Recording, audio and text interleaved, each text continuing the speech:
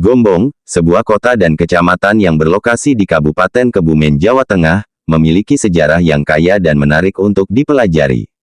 Sebagai kota bisnis yang berkembang, Gombong juga merupakan kota terbesar kedua di Kabupaten Kebumen, setelah kota Kebumen itu sendiri. Berjarak sekitar 21 km dari pusat kota Kebumen, Gombong memiliki ciri khas geografis dengan pegunungan kapur, yang membentang hingga ke pantai selatan, serta keberadaan gua stalaktit dan stalagmit yang memukau. Asal mula Gombong, dapat ditelusuri kembali ke masa Perang Diponegoro, pada tahun 1825 sampai tahun 1830. Saat itu, Gombong belum dikenal namanya. Cerita berawal dari seorang tokoh dari wilayah Banyumas, bernama Kiai Gombong Wijaya. Ketika daerah tempat tinggalnya di Banyumas diduduki oleh Belanda, Kiai Gombong Wijaya bersama pengikutnya mencari perlindungan di suatu daerah yang kosong di Barat Kemit. Kiai Gombong Wijaya, yang kemudian dikenal sebagai Kiai Giombong, memimpin penduduk yang menetap di daerah tersebut. Namun, Belanda kemudian mendirikan benteng pertahanan di sekitar daerah tersebut, menggunakan penduduk setempat untuk kerja rodi. Melihat penderitaan rakyatnya, Kiai Giombong memutuskan untuk mencari bantuan dari pasukan Mataram. Dengan dukungan pasukan Mataram, pertempuran sengit pun terjadi, antara pasukan Mataram dan Belanda. Kiai Giombong bersama warga setempat berperang bersama pasukan Mataram, dan berhasil mengusir Belanda dari wilayah tersebut. Sebagai penghargaan atas jasanya, daerah tersebut diberi nama Gombong, yang kini menjadi ibu kota kecamatan. Legenda dan piweling dari Kiai Giombong masih diyakini oleh masyarakat Gombong hingga saat ini. Salah satunya, eling-eling, besuk zaman rame, ing Giombong atau Gombong ora bakal ana peperangan atau rerusuhan maneh, nanging sing ana yaiku godanemung, main lan royal wadon. Ingatlah, besok kalau zaman sudah ramai, di Gombong tidak akan ada peperangan dan kerusuhan lagi, yang ada hanya godaan, main judi dan main perempuan. Dengan sejarahnya yang kaya dan legenda yang menawan, Gombong tidak hanya menjadi pusat kegiatan ekonomi, tetapi juga menjadi tempat yang dipenuhi dengan nilai sejarah yang berharga. Gombong, yang terletak di Kabupaten Kebumen Provinsi Jawa Tengah, belum menjadi sebuah kota kecamatan, tapi ramai oleh kedatangan pelancong. Beberapa baru mengenali kemegahan benteng bercat merah, yang pernah dijadikan sebagai tempat syuting film, The Raid 2, Benteng Van der Wijk. Padahal, Gombong yang diberkahi sebuah benteng dan stasiun, yang menghubungkan Forstenlanden dengan Batavia, sudah membuktikan bahwa, ada sesuatu yang istimewa dengan daerah tersebut semasa pemerintahan Hindia Belanda. Lantas masih adakah sisa dari pengembangan kota yang telah dilakukan oleh kolonial? Jelajah pusaka yang diadakan oleh Rumah Marta Tilaar, pada tanggal 16 Februari tahun 2019 lalu, membuka wawasan saya tentang keragaman, toleransi, dan perkembangan budaya peranakan Tionghoa di Gombong. Kegiatan yang dimulai pukul 7.30 tersebut, bertujuan untuk mengenalkan potensi wisata sejarah yang dewasa ini masih diremehkan oleh pihak tertentu. Supaya semakin mengenal Gombong dari sudut pandang lokal, pagi itu kami dipandu oleh dua staf Rumah Marta Tilaar, yang bernama Sigit Asmodiwongso dan Alona. Mereka berdua membawa kami menelusuri permukiman Tionghoa yang tersebar di Wonokrio, Kecamatan Gombong. Pertama-tama kami berjalan ke sebuah bangunan tua, yang terletak tidak jauh dari Rumah Marta Tilaar di Jalan Sempor Lama. Sebelum kami dipersilakan masuk oleh pemilik rumah, Sigit menuturkan, bahwa rumah Liem Yauka ini semula dimiliki oleh Tan Jun Sim, pedagang hasil bumi. Namun, malang keluarga Tan Jun Sim, terlibat hutang dan usahanya bangkrut tahun 1940-an. Rumah yang disita itu kemudian dibeli oleh Liem Yauka, seorang Tionghoa totok, yang mengawali bisnis di Gombong dengan menjual beras, kacang-kacangan, dan ketela.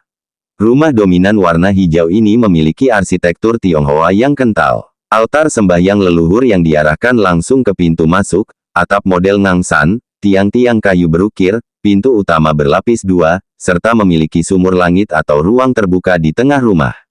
Meskipun bagian belakang rumahnya sudah dipoles dengan sentuhan modern, dan penambahan tembok-tembok baru yang tidak sesuai, saya salut dengan pewarisnya yang masih mau merawat foto-foto leluhurnya, dan tidak merubuhkan seluruh bangunan lama menjadi sebuah bangunan modern yang kaku. Kantor Yayasan AGH Anugerah Guna Hidup, yang beralamat di Jalan Sempor Lama nomor 2, menjadi perhentian kami berikutnya. Bekas kantor Chunghua ini, diperkirakan dibangun tahun 1930-an. Chunghua sendiri adalah sebuah organisasi yang pembentukannya diprakarsai oleh Yap Chuanbing, seorang anggota BPUPKI, sekaligus seorang keturunan Tionghoa yang pernah masuk dalam jajaran anggota DPR RI, Republik Indonesia Serikat.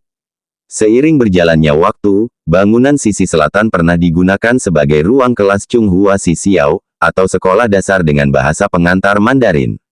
Ketika terjadi beberapa pergolakan revolusi, pada tahun-tahun 1960 sampai tahun 1970, bangunan ini juga sempat beralih fungsi menjadi tempat penampungan warga peranakan Tionghoa, yang merasa terusir dan hendak migrasi ke Tiongkok akibat perlakuan anti-Tionghoa, setelah beredarnya PP 10 tahun 1959.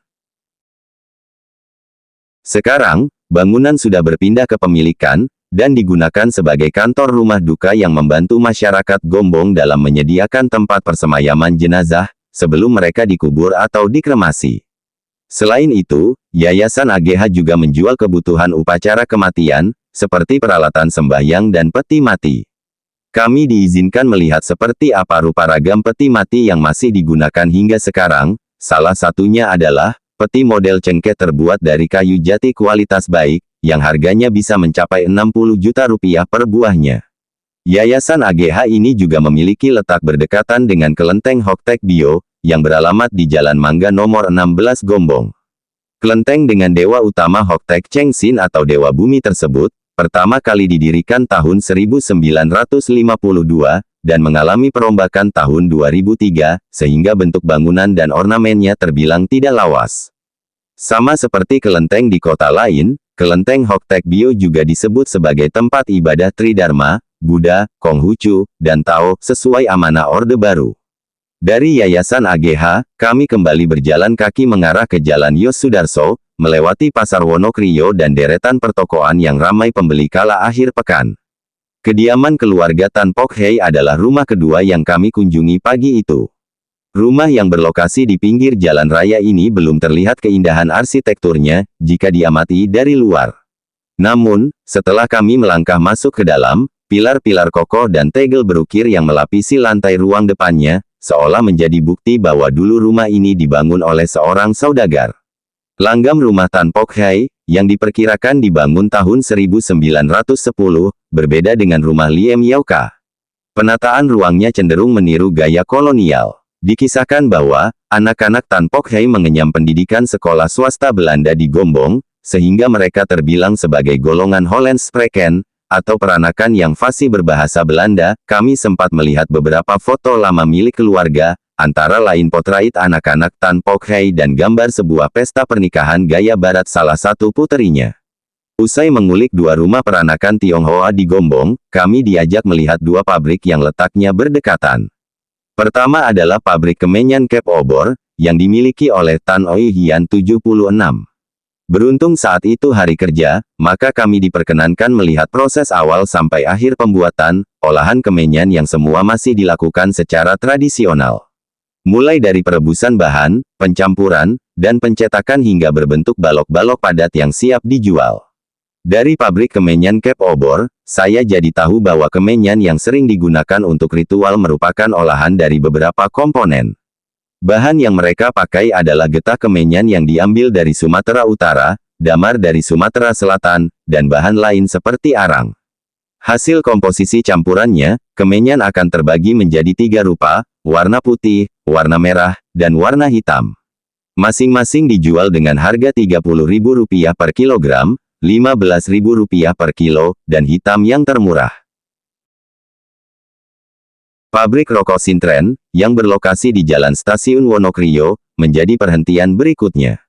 Pabrik ini adalah pabrik rokok Lembak Menyan, yang dirintis oleh De Gicoan Agus Subianto pada tahun 1950-an. Kini pengelolaan pabrik sudah diwariskan ke anak-anaknya, salah satunya adalah Edi Hendrawanto, yang menyambut kedatangan peserta jelajah. Sayang, siang itu tidak ada proses pelintingan yang dikerjakan buru-buru sepuh, yang kabarnya berumur antara 60 sampai 80 tahun karena kami datang di hari libur kerja. Maka kami hanya bisa berpuas diri melihat ruang kerja tanpa buruh pabrik, dan ruang-ruang penyimpanan bahan baku saja. Sembari berkeliling pabrik, Edi menjelaskan bahwa rokok sintren berbeda dengan rokok kretek yang umum menggunakan campuran tembakau dan cengkeh. Rokok sintren dikenal sebagai rokok lembak menyan. Hal ini disebabkan oleh pemakaian serpihan akar kelembak, asal kaki Gunung Sindoro Sumbing, dan serbuk menyan hitam asal Sumatera, yang dicampur dengan tembakau kualitas 1-3 dari Muntilan. Dengan harga jual rokok sintren Rp2.000 per bungkus isi 10 batang, wajar jika banyak orang yang memanfaatkannya sebagai bagian dari sesaji sebuah ritual atau upacara adat. Tiap bulan pabrik ini mampu menghasilkan 4.000 bal untuk 3 merek rokok, yaitu Sintren, Rokok Kep Togok, dan Rokok Kep Bangjo, dengan pemasarannya meliputi Purwokerto, Purbalingga, Kroya, Magelang, hingga Wonosobo. Akhir perjalanan jelajah, kami disambut oleh alunan erhu yang dimainkan oleh Pak Giman di rumah Marta Tilaar. Alat musik gesek asal Tiongkok ini baru dipelajarinya secara otodidak dalam 10 tahun terakhir. Namun lagu-lagu yang kami minta mulai dari pop hingga keroncong melantun merdu, bagai menyaksikan konser pemusik erhu internasional. Bahkan Pak Giman merakit sendiri erhu miliknya, membran kotak segi 6 dari kulit ular, kayu angsana, senar ekor kuda, dan gagang kayu jati sesuai dengan yang diharapkan. Selain mengenal alat musik tradisional erhu, pada acara yang sama juga diberi ilmu tentang budaya Imlek dari Au Ailin atau akrab dipanggil Tante Aining ketika kami singgah ke rumahnya. Beliau menjawab dan memberi penjelasan kenapa lampion selalu merah, pun alasan kenapa kue keranjang berbentuk bulat dan memiliki tekstur kenyal. Warna merah memiliki inti supaya mengusir hawa jahat dan mendatangkan kebahagiaan, sedangkan bentuk kue keranjang pelambang kebulatan tekad untuk menghadapi tahun yang baru. Kami juga disuguhi jenang kue keranjang yang telah dikukus bersama kuah santan. Dari jelajah pusaka rumah Marta Tilaar saya jadi mengenal Gombong dari sisi sejarah pecinannya. Telusur satu wilayah saja saya sudah menemukan banyak cerita menarik, ini belum jelajah wilayah atau kampung lain syarat sejarah di Gombong loh. Dengan kegiatan wisata sejarah seperti yang diadakan rumah Marta Tilaar, masyarakat Gombong mana yang tidak bangga terhadap Gombong di masa lalu dan kini.